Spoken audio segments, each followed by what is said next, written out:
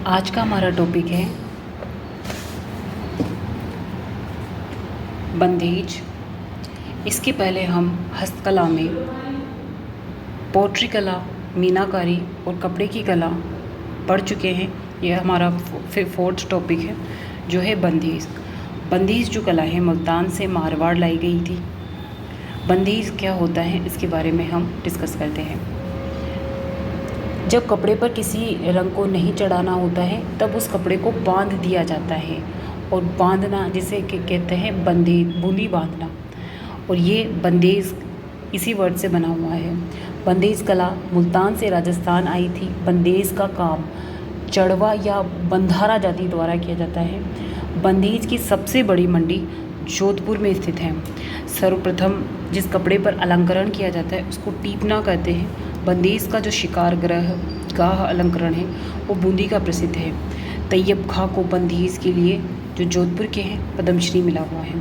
अब हम देखते हैं बंधेज के कौन कौन से प्रकार होते हैं, जिसमें सबसे पहला है लहरिया। लहरिया एक पंचरंगा लहरिया होता है जो जयपुर का प्रसिद्ध है। लहरियों के प्रकार है राजाशाही, समुद्रशाही, समुद्री लहर और प्रतापशाही। इसके बाद हम बात करते हैं मोठड़ा। मोठड़ा क्या होता है? लहरियों की रेखाएं जब आड़ी काटती हैं तो इनको कहते हैं मोठड़ा। मोठड़ा जोधपुर का प्रसिद्ध है जो विवाह के अवसर पर पहना जाता है। इसके बाद आता है बावरा। बावरा क्या होता है? बंधेज का 5 रंग का साफा जो होता है वो बावरा कहलाता है। इसके बाद हम देखेंगे राजशाही साफा कि यह केवल एक रंग का होता है जिस पर सफ़ेद रंग की बिंदियाँ बनी हुई होती हैं, उसको राजशाही साफा कहता है। राजशाही लहरिया का भी प्रकार है लेकिन ये एक साफा है। उसके बाद हम देखेंगे धनक। धनक क्या होती है? कपड़े पर बड़ी बड़ी बूंदों की डिज़ाइन धनक कहलाती हैं जो जोधपुर की सबसे ज़्यादा प्रसिद्ध है। उसके बाद हम देखेंगे चुनरी। चुनरी क्या होती है? जब किसी बिंदी आकार की बड़ी डिज़ाइन, इसमें छोटी बूंदों की डिज़ाइन थी धनक में, चुनरी में बड़ी डिज़ाइन होती है बिंदी आकार की। मुकेश क्या होता है? कपड़े पर बादले की सहायता से छोटी छोटी बिंदी की कढ़ाई करना। बादला क्या होता है? ये एक तार होता है सोने चांदी या तांबे किसी का भी, उससे ऐसे बिंदी छोटी छोटी बनाई जाती है और उससे कढ़ाई की जाती है, उसे कहते हैं मुकेश। लुगड़ा। लुगड़ा क्या होते हैं? सब जानते हैं। इसको ओढ़नी का एक प्रकार है जो पाटौदा सीकर की फेमस है। जरी भात की ओढ़नी किसकी फेमस है? जैसलमेर की। ठीक है। अब हम देखते हैं पोमचा। पोमचा क्या होता है?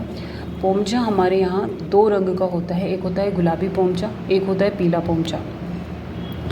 जो पीला पोमचा होता है वो पुत्र प्राप्ति पर ओढ़ा जाता है, जो वंश वृद्धि का प्रतीक है। पीला पोमचा सर्वाधिक जाट महिलाओं द्वारा ओढ़ा जाता है और पीला पोमचा फेमस जयपुर का है। देखते हैं गुलाबी पोमचा। गुलाबी पोमचा जो है पुत्री प्राप्ति पर महिलाओं द्वारा ओढ़ा जाता है। इसके बाद हम देखेंगे ओढ़नी। ओढ़नी क्या होती है? ओढ़नी महिलाओं का मुख्य वस्त्र है जो कमर से ऊपर सिर पर ओढ़ा जाता है। ये चद्दर के आकार का होता है। भिन्न भिन्न तरह की ओढ़नी होती है, जैसे चवरी, पवरी की, पीले रंग की ओढ़नी, गुलाबी रंग की ओढ़नी, चीड़ का पोमचा। इसमें जो ये चीड़ का पोमचा है वो हाड़ौती में विधवा महिलाओं द्वारा ओढ़ा जाता है। इसके बाद बात करते हैं पिछवइयों की। पिछवइयाँ जो नाथद्वारा राजसमंद से में प्रसिद्ध है, जो भगवान कृष्ण की लीलाओं को कपड़े पर चित्रण किया जाता है, जैसे उनकी तस्वीर होती है, उनके पीछे जो बॉर्डर पे उनके जीवन वृत्तांत होता है वही पिछवइयाँ कहलाती है। और नरोत्तम लाल शर्मा इसकी प्रमुख चित्रकार हैं। बातिक क्या होती है? बातिक जिस भी कपड़े पर हमें रंग नहीं लगाना होता, कपड़े के जिस हिस्से पर, वहाँ पर हम मोम चढ़ा देते हैं और फिर उसे रंग में डुबो देते हैं, और जहाँ पर मोम लगते हैं वहाँ पर रंग नहीं चढ़ता। और इस तरह से कपड़े पर जो हम कलाकृति बनाते हैं उसको बातिक कहते हैं।